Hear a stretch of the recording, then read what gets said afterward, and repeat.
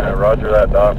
Anyway, I just wanted to jump in here real quick. I heard you were on, so I wanted to jump on real quick and say hi to you. And again, thanks for everything that you've done for ham radio and for the outdoor stuff, because I've learned a lot, and I'm showing my Cub Scouts a lot by using a lot of the stuff that I've been seeing on your page and everything. But anyway, enjoy yourself this weekend. Relax, have a good time. I know sometimes swinging a hammer or sawing a piece of wood can be therapeutic, so enjoy yourself. KF7ETX, K4PAD. I'm clear on your final, Dave.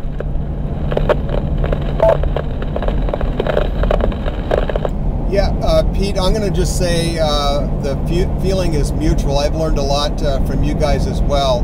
It's kind of a dynamic relationship we all have, and I always look forward to the comments and interactions with all of you guys. And it's very good to hear your voice and Hugo's voice as well. It's a little bit of a lonely drive, about 3 hours over there to Sisters, so it's nice to have this radio and have a little QSO with you guys.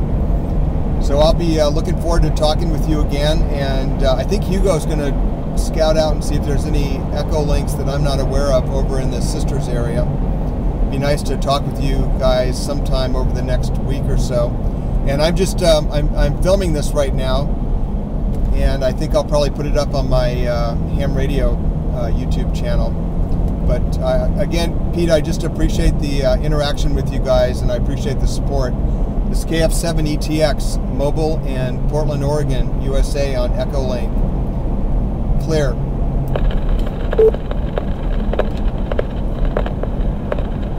Have a good one, Dave, and drive safe and enjoy your weekend. K4PAD, out. Well, I am mobile right now, and I've got my radio tuned to the AB7F repeater, which is a linked repeater system extending from Salem north all the way through Portland up into Seattle. One of my favorite repeaters when I'm mobile. And I just got off the air with two hams that I follow on YouTube. Hugo, K4IFX, and Pete, K4PAD. And it was great to catch up with them. Gives you a lot of respect for the power of ham radio and the ability to link via ECHOLINK and reach out pretty far. Last time I was driving up to Seattle, I had the pleasure of having a QSO with a gentleman in South Germany as well as Eastern Canada. So great thing to explore if you're new to ham radio. Check out ECHOLINK. KF7ETX, KF7JSM. It's KF7ETX. I missed the call sign. Come again, please. Yes, KF7JSM.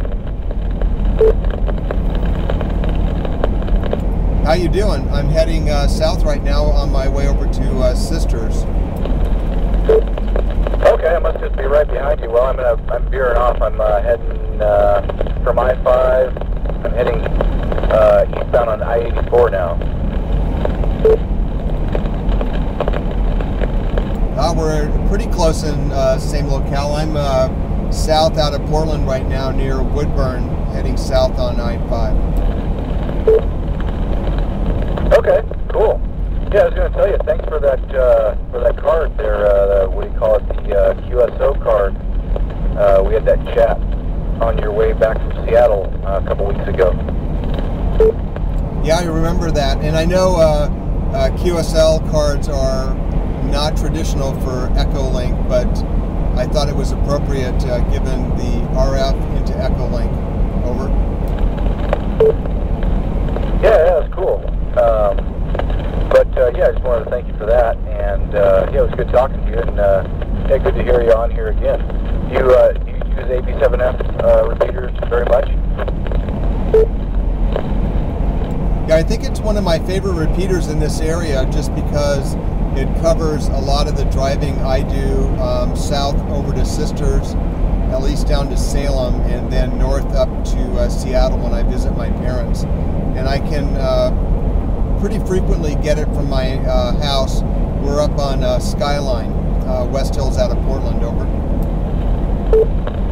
Okay, yeah, copy that. Yeah, I live in Fairview, close to Troutdale there, and I mean, it comes in, I can hit it with really low power and still get in really well, so it works. I like using it as well. Are you on the Vancouver repeater right now?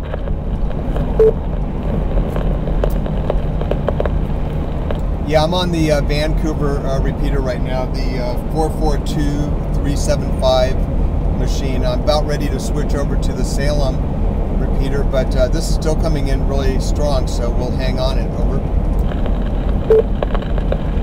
Yeah, you're sounding good. You're sounding clear. I can make it perfectly copyable. And that's the same one I'm on, so I usually I monitor this channel a bit. I haven't been on it lately, but yeah, I was coming through here and had it monitoring. So yeah, it's a really good sounding repeater. I like the audio quality of it, and the fact that, like you said, it's hooked up to a wide area, and the ECHOLINK and RLP nodes pretty cool as well.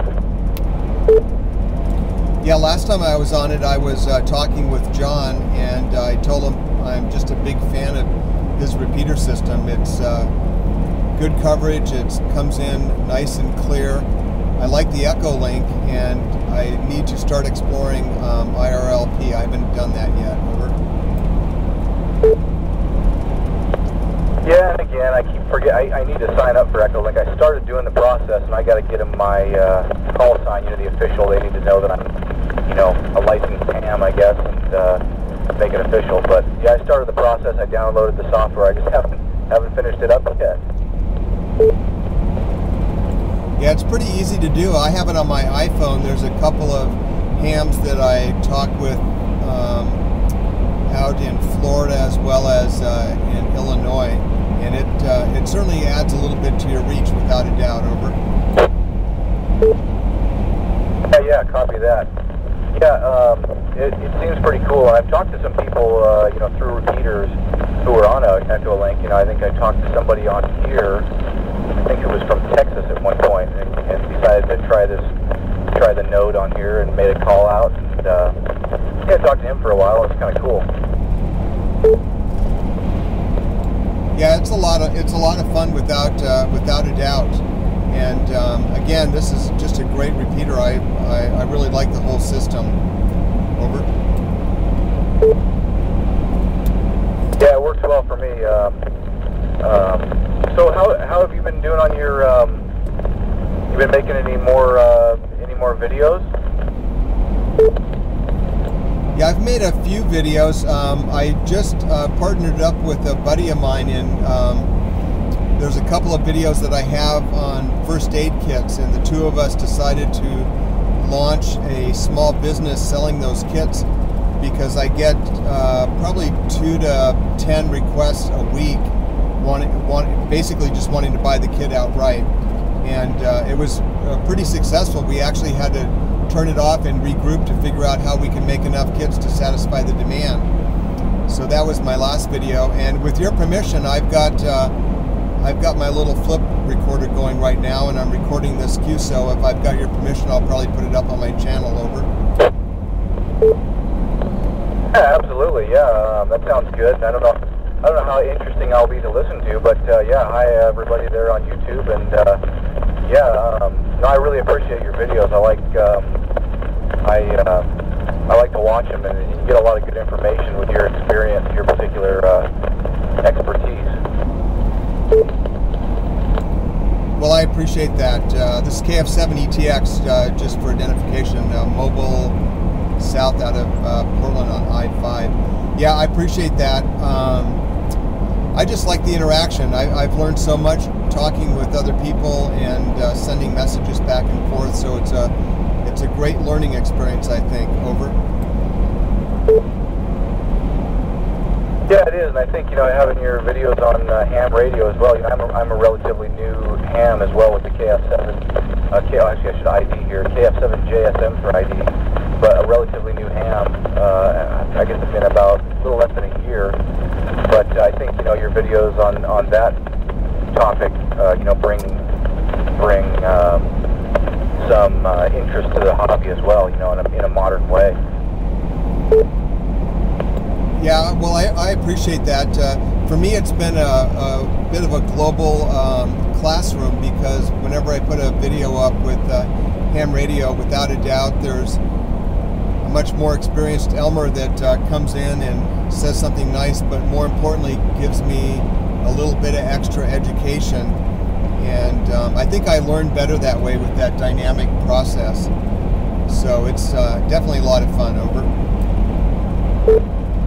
Yeah, copy that. And yeah, there's always more to learn about it. It's pretty in depth, you know. And but I've really enjoyed the sort of, you know, we do some hiking. My wife and I do some hiking, and you know, on Mount Hood, or you know, up in the waterfall areas and stuff. And I've always been able to get a contact out within, I'd say within, you know, a minute or so, or even less than that. And just having that ability to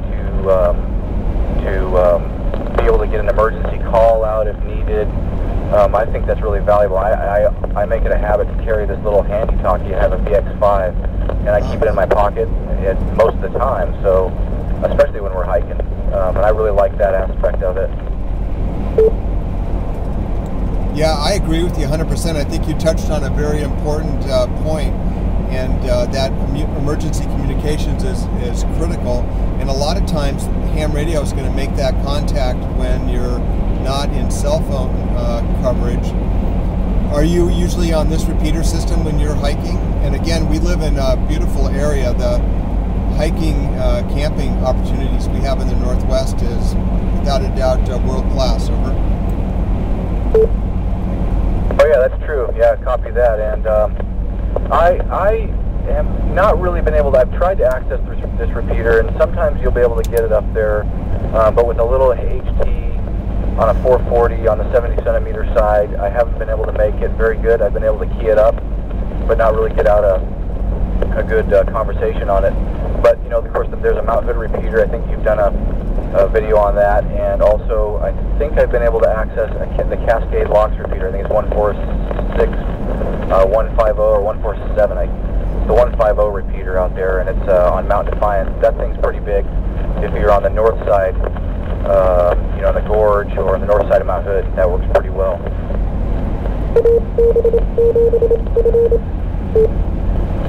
Well, once again, I'm learning something. I appreciate the tip on that repeater. Yeah, I use the RPT repeater system a lot, and they've got that one up on Mount Hood, and it actually links over to some repeaters over in Central Oregon, which has been helpful as well.